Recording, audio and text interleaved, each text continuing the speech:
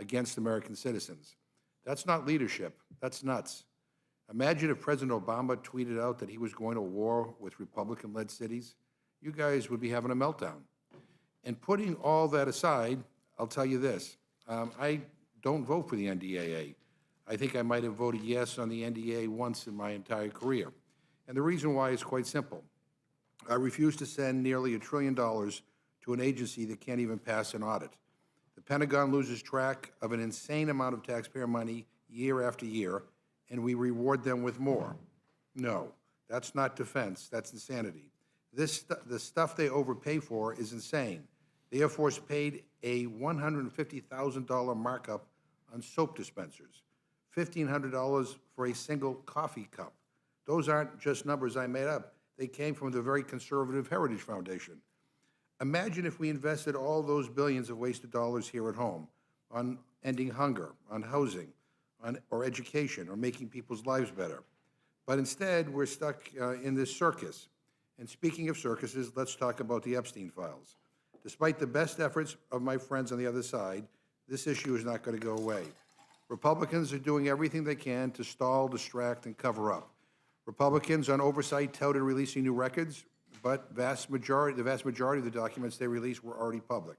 Up in Massachusetts, we call that a scam. And while survivors stood outside the Capitol begging for justice, sharing their painful stories, Donald Trump sat in the Oval Office calling the whole thing, quote, irrelevant. I still can't believe he said that. The victims are begging for transparency, begging for us to pass the Massey Connor bill, begging for this administration to release the files, and the President of the United States, the most powerful person in the world, says that they are irrelevant, says it's all a hoax. It wasn't a hoax when Trump promised to release all the files. It wasn't a hoax when his own allies said that they had the client list sitting on their desk and were ready to make it public. And now get this, Speaker Mike Johnson said Donald Trump was an FBI informant on this case. Now, I'm not surprised the Speaker walked it back because usually an informant knows something about what's going on. Being an informant implies being in on the crime. So again, we really, really, really need to know what the hell is in those files. And we need Republicans to stop shielding the powerful and start standing with the survivors. It's simple. Republicans can either sign the bipartisan Massey Connor discharge petition, or better yet, put the bill on the floor this week, which will finally give the public the full truth, or they can keep burying it. No more stalling, no more excuses, no more cover-ups. Release the files. I yield back. Thank you, Mr. McGovern. Without objection, any prepared statements that our witnesses may have will be included in the record. I now welcome our first panel, Chairman Rogers and Ranking Member Smith from the Committee on Armed Services. Your full statement will be submitted for the record. We ask that you summarize your statement in 5 minutes. Chairman Rogers, I welcome your testimony. Thank you, Chairman Fox and Ranking Member McGovern, for having us here today. I want to thank your staff as well as you for helping us get this NDAA to the floor this year. I also want to thank my friend and colleague Adam Smith, who's been a great partner in running this Armed Services Committee and getting us this product. I'm very proud of the work we did to put this bill together in a bipartisan fashion, and in our committee, that's not just a term that we use loosely. We actually work in a bipartisan fashion. The bill before you today is called the Streamlining, Procurement, and Effective Execution and Delivery Act, or SPEED Act. And we did that to underscore the very significant reforms this bill makes to the defense acquisition process. The Pentagon's current acquisition process is failing our warfighters. It can take up to 10 years between identifying a battlefield need and delivering a solution to the warfighter. By that time, the threat has changed, the cost of balloon, and the solution is outdated. The SPEED Act includes a series of reforms to eliminate regulatory burdens, end bureaucratic inertia, and put in place a system that will deliver capability to the warfighter at the speed of scale. Fixing acquisitions will go a long way toward ensuring our warfighters are the most capable fighting force on the planet. I also want to highlight our continued effort to improve the quality of life of our service members and their families that we initiated last year. Among other improvements, we provided a 3.8% pay raise for all service members, authorized nearly $3 billion in construction for new housing, dining facilities and medical facilities, child care centers and schools, improve service member access to medical and mental health services. We also remain laser-focused on deterring adversaries like China. The bill invests in the capabilities we need to stay ahead of our adversaries, the maintenance and logistics systems we need to conduct operations, and the capacity of our allies so they can assist on the battlefield. This is a strong bipartisan bill that puts our warfighters first. It builds the ready, capable, and lethal fighting force we need to deter our adversaries and ensure peace through strength. I urge all members to support it, and I yield back.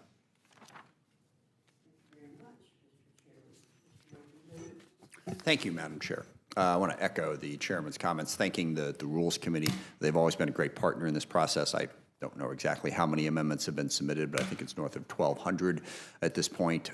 Really appreciate your working so closely with our staff on that process. And I also want to thank the chairman for his leadership of the committee. He's absolutely right.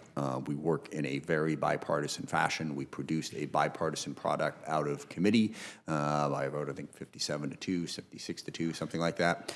And it is a really good product that we should be proud of. And the chairman highlighted the #1 most important thing in it this year, and that is acquisition reform.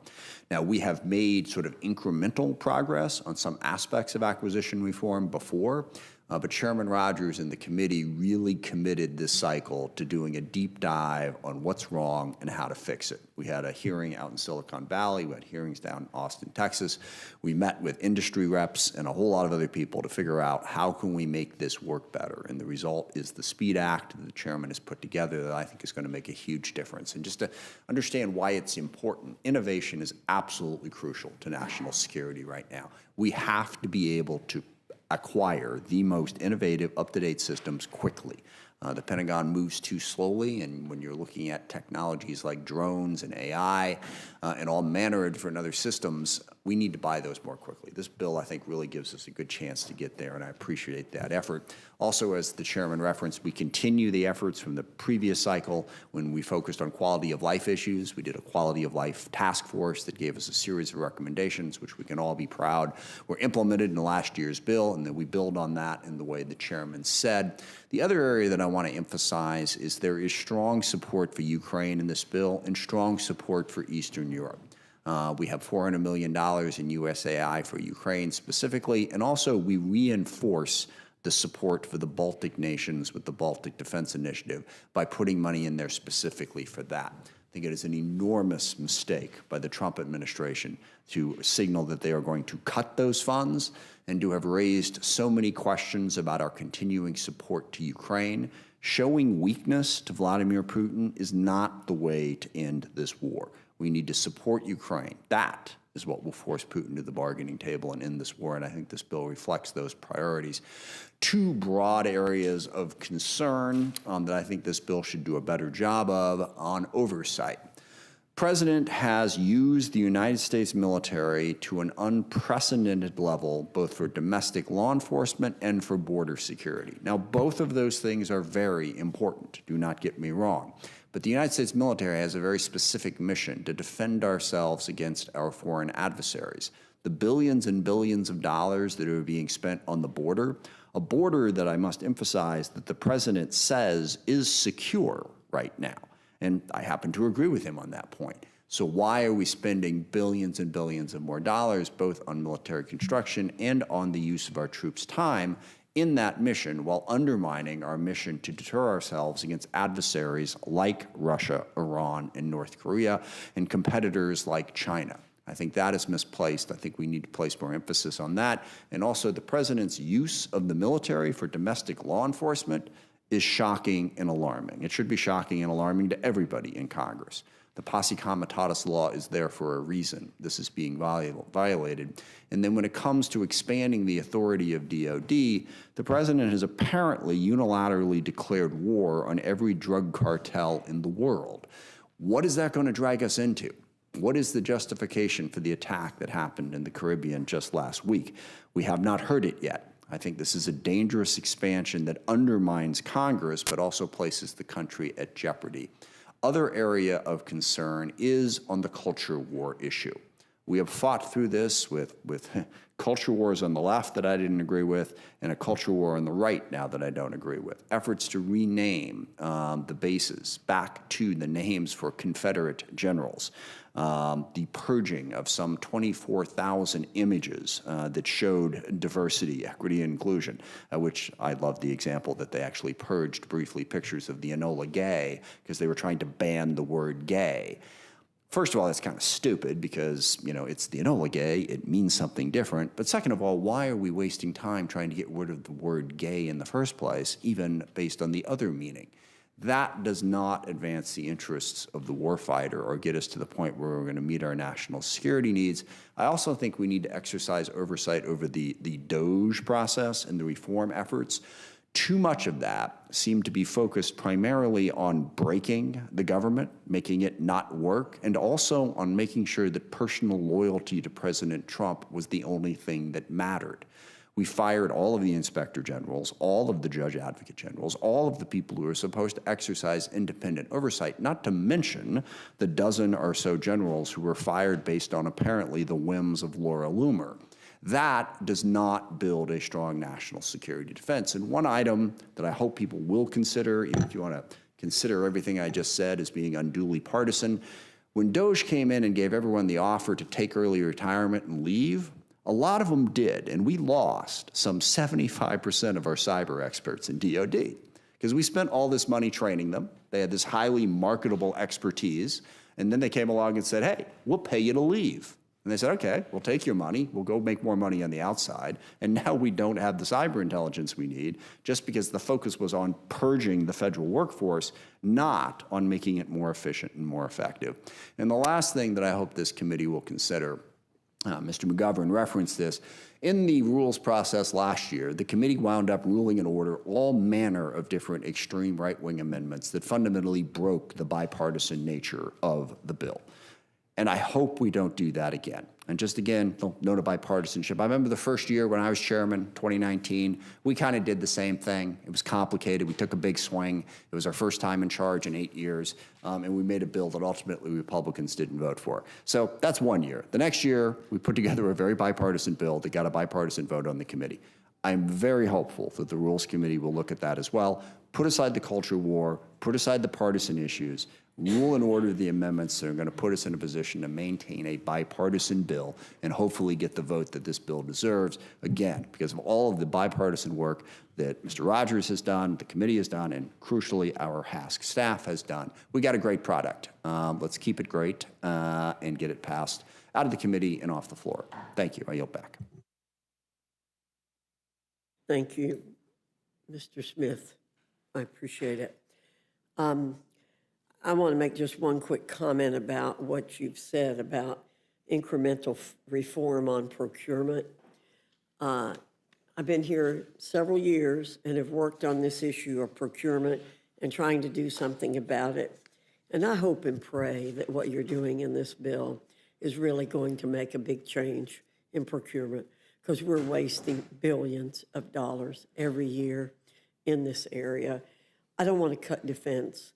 I want the way we spend money for defense to be spent well. And I really am going to be watching this issue closely because I think it's really critical to our overall national security issue. Chairman Rogers, we expect a robust amendment panel, so I'm going to keep my comments very brief. You've both talked about the 65th consecutive year that Congress has advanced the NDAA through to enactment if we're successful. To what do you attribute this year's successful bipartisanship on your committee? We keep the focus on the warfighter and making sure we give them what they need to be successful and safe. And that is our focus. It always has been.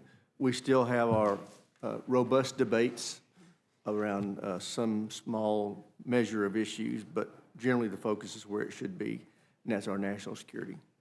Right. And you've alluded to the fact there's an array of national security threats spread across an unprecedented global landscape. Nobody can pick up a newspaper where they don't read about China, Russia, Iran, North Korea threatening this country. So I'll come back to my concern about changing the procurement system and say, how are we going to quickly and efficiently calibrate our weapons systems, platforms, and other assets to win on the battlefields of the future, and what's embedded in the SPEED Act that's going to help us do that? Yeah, you'll remember last year we made the focus of the bill, the primary focus, quality of life. And this year it was the acquisition procurement process, and that's because I'm a big believer that if everything's your priority, nothing's your priority. Last year it was trying to improve the quality of life of our service members. This year we have got to get after this problem with procurement and acquisition. It is far too cumbersome, and which makes it expensive and antiquated by the time it happens. So as you heard the ranking member, we went into great detail on trying to abbreviate that. And in a nutshell, what we've done is we're trying to make the department function in a more commercial fashion. Let me give you an example. Right now, it can take years for us to put together a set of requirements that we expect vendors to try and meet. And by making them so detailed and cumbersome and broad, only the primes can participate. There are a world of mid-sized and small companies that cannot hit that target. We're getting away from that. One of the things that we do is instead of giving this detailed requirements, we're giving a problem, saying this is the problem we need a solution for, and inviting the private sector to give us solutions to that problem. That is going to abbreviate that dilemma of several years down to a matter of weeks. But then from that point forward, a decision has to be made on which of those solutions that are offered will be made in a matter of 90 days. And we go on through the process by expediting, empowering acquisition professionals and expecting them to make a difference. The way I like to characterize it is, you know, you heard the ranking member say, we have worked on this for years. We've given them all kind of authorities to go faster. They won't use them.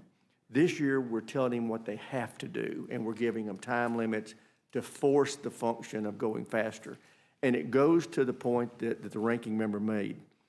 We are going to be using high-tech weapon systems in the future. We have got to have the technology world involved. They will never be willing to function at this glacial pace and this cumbersome process we've had in the past. We're trying to fix the system so it accommodates this fast-moving technology. Could I emphasize just one point on that, the requirements process? Simplifying the requirements process is the key. I remember I was visiting a shipyard where they were refurbishing a littoral combat ship, which could get us into a whole nother conversation. But they were talking about, and I talked to one of the workers there, and they were repainting the portion of the ship that's under the water. And he told me that there were 1,200 pages of requirements for how to, and I don't doubt that it's more complicated than, I don't know, repainting your bathroom, but it shouldn't have that many pages of requirements. The requirements process has become a thing in and of itself, where they just sit around and come up with requirements, which if that's what you do, that's what you can do. But it has tied the hands of our ability to make the changes we need rapidly. It's going to be focused, as the chairman said, on outcomes. Here's what we want, get there as quickly as and intelligently as possible. And that makes sense because by putting out all the requirements and telling people how to do it, it assumes that people in the military or doing the procurement have all the answers. That's right. When you have millions of other people out there who are working on this, maybe in a much more up-to-date way, able to provide a much more efficient way to do it. So I applaud you on that. Thank you very much, Mr. McGovern. You're recognized. Well, thank you very much. I thank you both for being here today. And I'll be fairly brief here. You both talked about how this was a bipartisan vote to get it out of committee. What was the vote? 56-2. That's pretty bipartisan. But wasn't, I'm trying to turn the clock back a year when you came here, and I think that was a bipartisan. Yeah, I think it was 57 or 58-1 that time. Yeah. Yeah. So We lost a little ground this year. right, so is it Nobody's perfect. Is it fair to say that that if the bill is largely like it is right now, Mr. Smith, that you would vote for it on the House floor? Absolutely, and I suspect we would get 360, 370 votes probably. And so really the danger is whether this gets loaded up with a bunch of culture war amendments that then divide the membership That is here. the principal risk, yes. So we'll see how the rules process goes. You know, you raise an issue that concerns me as well, and that is, you know, the president's domestic use of the military, which I think is a dangerous precedent, and I worry about the impact that it has on military readiness to perform their core missions. But I'm also worried about, you know, what just recently happened. You know, with the reports about the military strike on a vessel in the Caribbean. You know, and I get it. I mean, we all want to crack down on narco traffickers, but this strike against alleged narco traffickers sure seems like a dangerous escalation and potentially an illegal use of military force. I mean, should we be concerned about last week's military strike as well as the president's threat to broaden the use of military force? And the one thing I've kind of come to appreciate after being here for a while, and that is it's easy to get into a war. It's hard as hell to get out of one. But anyway, I know you mentioned it.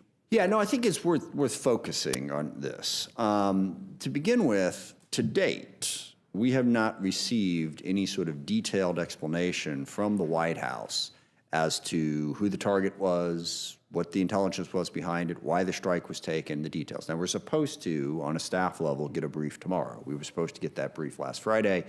Didn't happen. We'll see if it happens tomorrow. So there's no clarity. So there was no notification ahead of the strike, which frequently does happen, certainly to the Gang of Eight, but to others as well. So it's very unilateral action. And then what's the justification for it? Well, typically you use the U.S. military in one of two instances. Either one, you have an authorization for the use of military force, which we've got the 2001 AUF, the 2003 AUF on the books. And as strikes have happened in the Middle East, those have been used as authority. Twisted a little bit, but at least there was a legal justification for it. If you don't have any of that, all you got left is Article 2, which is the inherent right of self-defense, which is something that the courts have recognized. If, you know, someone's lining up to shoot a whole bunch of missiles at U.S. ships somewhere in the world, you shouldn't have to get congressional approval before you take those missiles out before they're fired. There is no way on God's green earth you can say that whatever was in this boat presented any sort of imminent threat to the United States in a military sense of the word. Yes, human trafficking and drug trafficking, they threaten us in a variety of different ways, but if you want to broaden Article 2 to that, we can be bombing everybody anywhere, anytime for 1,000 different reasons, which goes way beyond the true meaning of it. So it's unlawful in that regard. And then second, to your other point, are we going to use the United States military to get into a war with drug traffickers, and what are the consequences of that? Typically, we use the Coast Guard, the DEA, the ATF. We have a whole bunch of different, the Justice Department. We have a whole bunch of organizations whose job it is to protect us from those things. And that delineation between them and the military is important. Once we walk into that, once the cartels know that the United States military is a direct threat to us, we got troops all over Latin America, all right? Now they're targets. How does that play out? And that's the, you know, getting into a war is easy, getting out is hard. I love these people who always say, well, you get into a war, you always have to have an exit strategy. Well, one of my favorite sayings from the military is, the enemy gets a vote. You can have an exit strategy all day long, but the circumstances are going to change. Nobody has an exit strategy when they start a war because you don't know where it's going to go. That's why you need to be so careful about actually starting one. No, and I appreciate that, and I hope that the leaders in this Congress, rather than just kind of rally around the leader instinctively, might actually take some time to do hearings and to actually make sure that we do have a policy and we don't get sucked into a needless war. Just the final thing, and you touched on this a little bit as well. I mean, we've seen the Trump administration take unprecedented action by firing scores of senior military officers, apparently for being perceived as disloyal to the current administration, rather than for actual performance issues. Representative Horsford has an amendment requiring notifications to Congress, including the underlying rationale and process for making the decisions to remove a general or flag officer.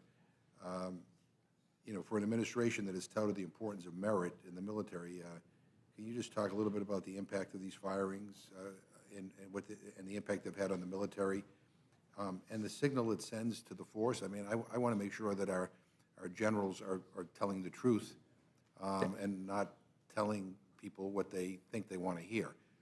But I'd give you a minute. Well, I think you've hit upon, I mean, there's two big things. One, you lose a lot of talent. Right. I mean, General C.Q. Brown was, prior to, you know, Trump firing him apparently for something he said 4 or 5 years ago about the experience of being a black man in the military, was bipartisan, universally respected as one of the best generals we had. So we lost that talent. We lost the guy who was the head of the NSA cybersecurity, also incredibly talented general.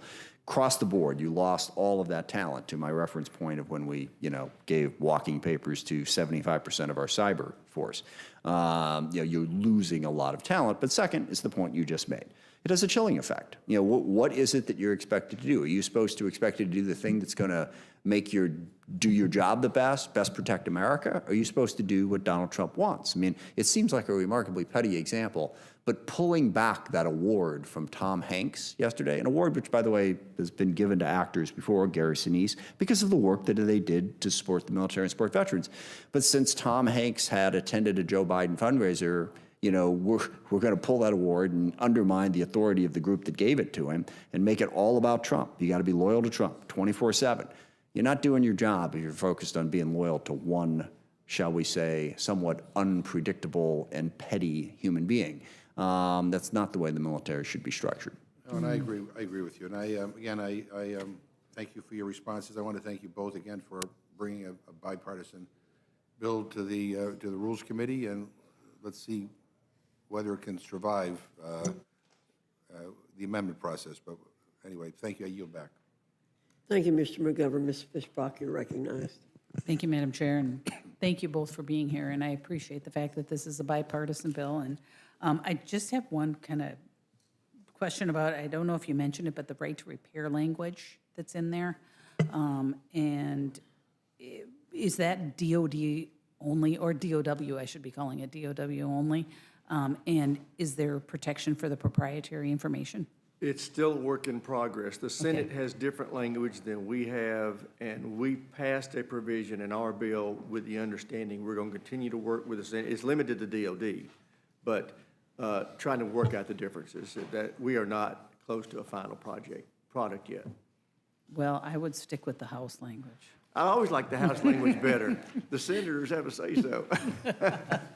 Well, thank you on that, and I know that there was a lot of talk, a lot of discussion about the SPEED Act, and so I will pass on that, but I really do appreciate that because I think it's so important that we get at things like that and in the accountability provisions in there. But really wanted to just kind of comment on how it really does address the quality of life. I know you kind of said you dealt with a lot of that last time, but you know, for the service member, with the health care provisions, the pay provisions, the schooling for our service members' kids, and I think the housing is really critical because you've really made some strides in that to make it more efficient and more affordable, you know, because, and so some of those requirements that we're getting at and really using our money more wisely and making it better for our service members. And I know because I've seen some of the housing, and we really need to improve that for them. So with that, I'll just say thank you both. I really appreciate it. I appreciate a bipartisan bill like this, and I know that you both worked hard to make sure that happens. So thank you very much, and I yield back.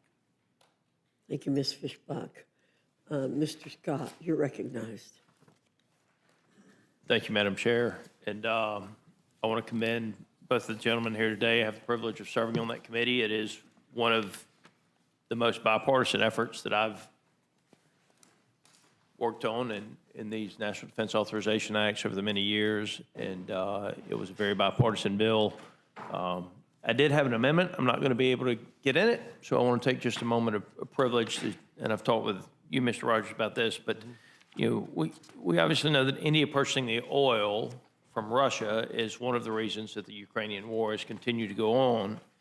And I do hope that as time pushes on, that we will be able to get sanctions put on the board members of Reliance Industries. They are the largest purchaser of Russian oil in India. The Ambani family controls that company, and I think that if we could put the same sanctions on the board members of Reliance Industries as we have put on the Russian oligarchs, that it would come a long way towards stopping the purchases of the Russian oil that's going into India, and therefore hopefully stop the Ukrainian war. With that, Madam Chair, thank you for allowing me just a few minutes to make that statement. And I look forward to continuing to pursue those sanctions against the board members of that company that are supporting Vladimir Putin and his aggression in Ukraine. And I appreciate both the gentlemen here and the bipartisan manner in which they have worked to make this not just our country, but those who partner with us in the pursuit of freedom and economic opportunities a more successful endeavor. Thank you, Mr. Scott. Mr. Griffith, you're recognized. Thank you very much, Madam Chair. I'm going to ask each of the witnesses about Amendment 140 or 141. It looks like 140. That would be a Griffith amendment. And it's an amendment that I have carried, I think, 14 years, or a copy thereof. Mr. Rosendale and I both had the same issue. We came at it different ways. The committee has indicated they prefer the Rosendale language, but just so the committee here can be reminded, and then I'll ask the two gentlemen if they have any instinctive disagreements. I understand you may not be able to answer because there's 300 and some amendments completely, but if their instincts are, they'd be okay with it.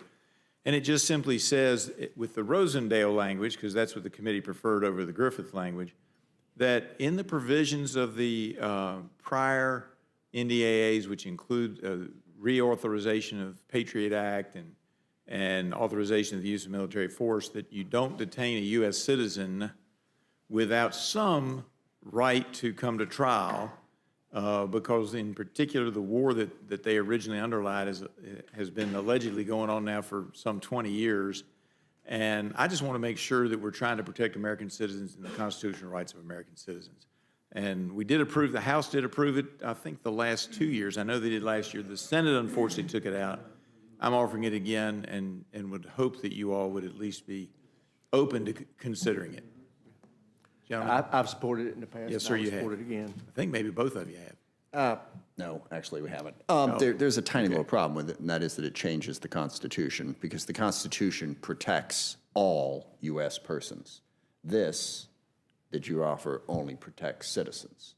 So the First Amendment, Second Amendment, Third, they don't say U.S. citizens. It So says, next year I need to get you the Griffith language because mine deals with Sienter. no, okay. I'll But work that's on that. that's the one issue on it, is And I'm and with you, but it should be all U.S. persons, not I can not appreciate citizens. that, but we'll see if we can get the Sienter requirement in there, because I just think that if you're going to be locked away forever, you ought to have your constitutional rights. And if you're an American citizen on American soil, or even an American person, they ought to at least establish that you had knowledge that you were assisting a terrorist organization, as opposed to just somehow you inadvertently assisted a terrorist organization. And I'm happy to switch the amendments out if y'all can reach an agreement in the hallway, but I'm just trying to make the committee happy. I yield back, Madam Chair. Thank you, Mr. Griffith. Mr. Roy, you're recognized. Thank the chairwoman, and thank you gentlemen for coming up here and testifying and for the work on the bill. I just want to clarify that that I'm correct, that we are in the NDAA, that we are authorizing levels that are keeping spending flat at current level spending, and that's reflective of the work that was done on the reconciliation package, that there was some money in there for defense, and reflective of the overall agreement to try to keep spending at that level. But I just wanted to confirm that's the case. My understanding of the bill, is that right? That's correct. Mr. Chairman. Okay. With the one Yeah, sure. caveat, that Please. 150, I think it's 100, ultimately wound up being 156 billion was added through the reconciliation No, process. that's I know that's what I was Got it. noting, is that inconsistent with what we had done previously with the reconciliation package, and that was important, and that was a part of the overall effort to ensure defense is where it needs to be. And then the second thing I would note is just a point that it is, I know there's still some deliberations going on, but with respect to amendments and whether they're going to be tied to HASC's jurisdiction versus something broader. And if it's sticking to HASC jurisdiction and that's consistent, then I'll accept that. But that I do feel strongly if we're getting beyond that, that the language that I've had now for a while on terminating the AUMFs that have been lingering for far too long, that we need to address those issues. But obviously, if we're sticking to a rule that's consistent. We're not sticking to that consistent rule, and I'm with you. I think your amendment should be included. And personally, I think if we have issues that are agreed and the committees of jurisdiction are agreed, I think we should use the NDAA vehicle to pass what we can pass as a legislative body. And also, we make exceptions to that. And just to fuel your argument a little bit, in this rule already is the amendment on cryptocurrency, which has nothing to do with our jurisdiction, which has been included. So the rule gets violated when leadership wants to violate the rule, and I think they ought to be inclusive of all of us. If we can get something done through this process, we should get it done. Now, you can't override the committee of jurisdiction, but working with them, I think it ought to be included. Well, we'll see how the debate goes through the day on that, but I did want to make sure, just for the record, that it's clear. I think there's significant bipartisan agreement that, look, we can agree on the need to have clarity on the authorizations of the use of military force, and there's bipartisan agreement in the need for the authorizations of the use of military force where it's appropriate around the globe, but that we do not need to be operating under 23-year-old authorizations of force. So I'd certainly like to be able to address that issue if we're, and as long as it's consistent with rules that we're going to apply how we operate, and we'll have those conversations today. And I appreciate the gentleman. I yield back. Thank you very much, gentlemen. There's no one else to ask any questions, so we appreciate very much your coming. You're being so succinct and so direct with your comments and with your answers to the questions, and you're excused. I'd like to call Mr. Wilson, Mr. Fine, and Mr. Onder to the table.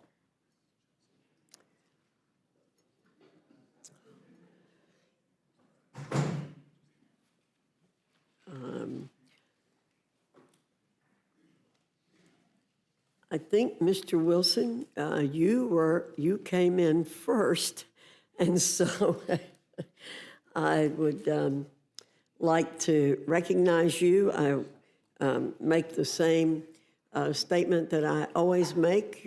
Any written comments that you have will be included in the record, and we'll ask that you keep your statements short and to the point. And I recognize you, Mr. Wilson.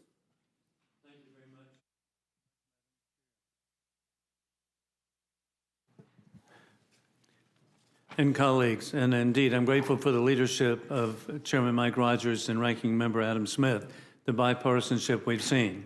And I appreciate the opportunity to testify in support of Amendment Number 535 to repeal the Caesar Act to support President Trump and Special Envoy for Syria, Ambassador Tom Barrack, who is here in Washington today. I'm also grateful to have Ambassador Barrack's support for the amendment. The Caesar law undermines the president's policy and makes it almost impossible to, quote, give Syria a chance as proposed by President Trump. The Caesar Act was passed in 2019, and the NDAA was intended to protect civilians from the brutal Ba'athist socialist dictatorship of Bashar al-Assad. And it was imposed only years into Assad's war crimes, where nearly 500,000 people were killed. Additionally, the Caesar Act has succeeded. By the time Assad's regime collapsed last December, the Assad resources were depleted and soldiers were only earning $17.50 a month and refusing to fight. I was closely involved in efforts to extend the act as it approached expiration last year, and I'm grateful with so much leadership here that it did pass the House in February of last year, and we worked to extend the Caesar Act in the NDAA Conference Committee. The result is the Assad dictatorship abdicated on December the 8th and fled to Moscow. 2 weeks ago, today, I was humbled to accompany Ambassador Barrack and Senator Jeanne Shaheen, bipartisan bicameral, to encourage the new government, which wants to work with the West, as we stood actually in Assad's former office.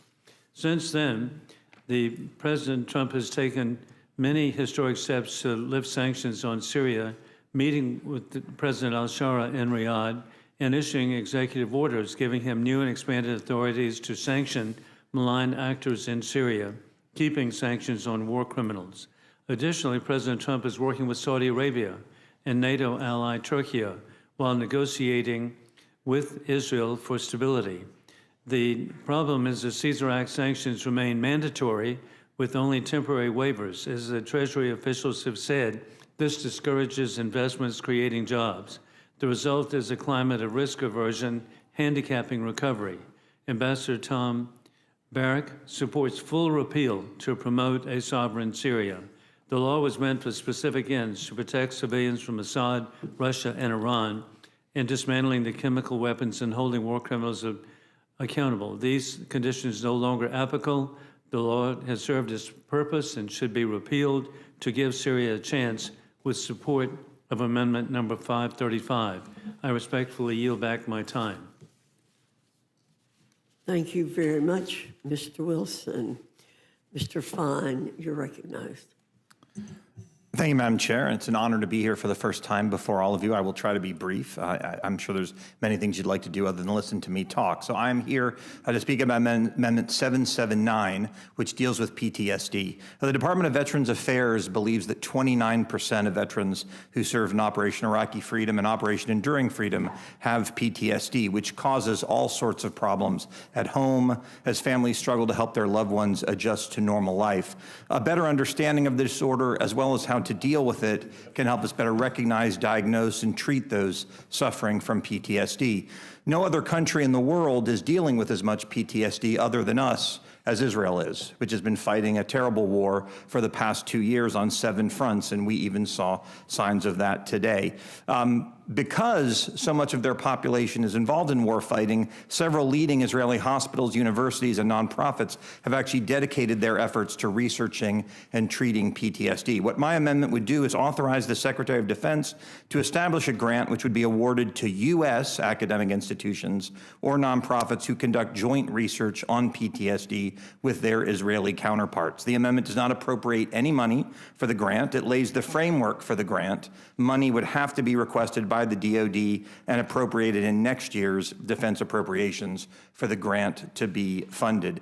This has been included in the NDAA the last 2 years, so hopefully the third time is the charm. And with that, I'll yield back the balance of my time.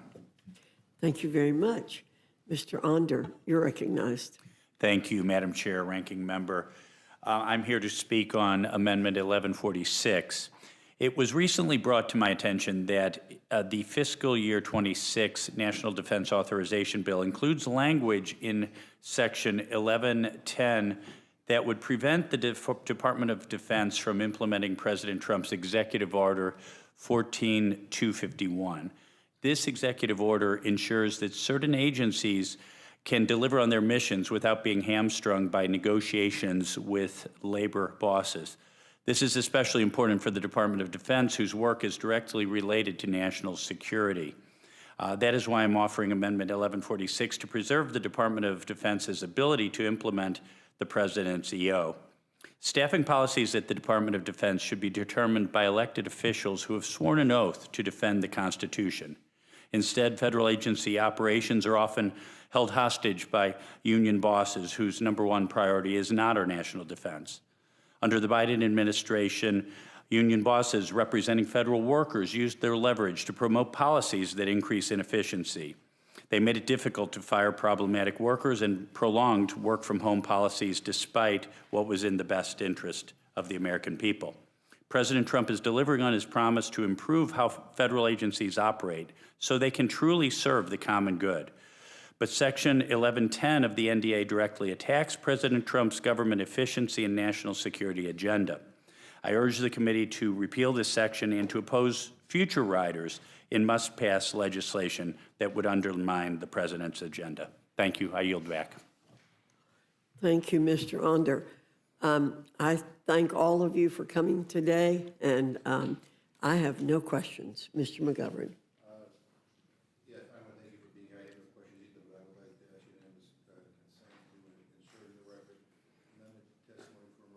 Mullen in support of his amendments, numbers 716, 722, 726, 893, 895, 896, 898, and 934. And I want to ask unanimous consent to insert in the record amendment testimony from Rep. Schulten in support of her amendments 955 and 956. Without objection, so ordered. I yield back.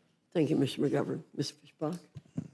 Thank you very much, Madam Chair. And I just want to say thank you all for being here. And Mr. Fine, you're welcome back anytime. You were short and to the point, and I appreciate that, and I think the members appreciate Be careful what you wish for. Well, you know, you could screw it up next time if you go on too long. So, but thank you all for being here. Mr. Scott? Mr. Griffith? No. You did a wonderful job, obviously. You answered the questions from all the members of the committee. So we thank you very much, and you're excused. Thank you, Madam Chair. Thank you, Madam Chair. Is there anyone else seeking to testify on H.R. 3838? Seeing none, this closes the hearing portion of our meeting. Without objection, the committee stands in recess, subject to the call of the chair, and we will be in touch with staff and members on reconvening.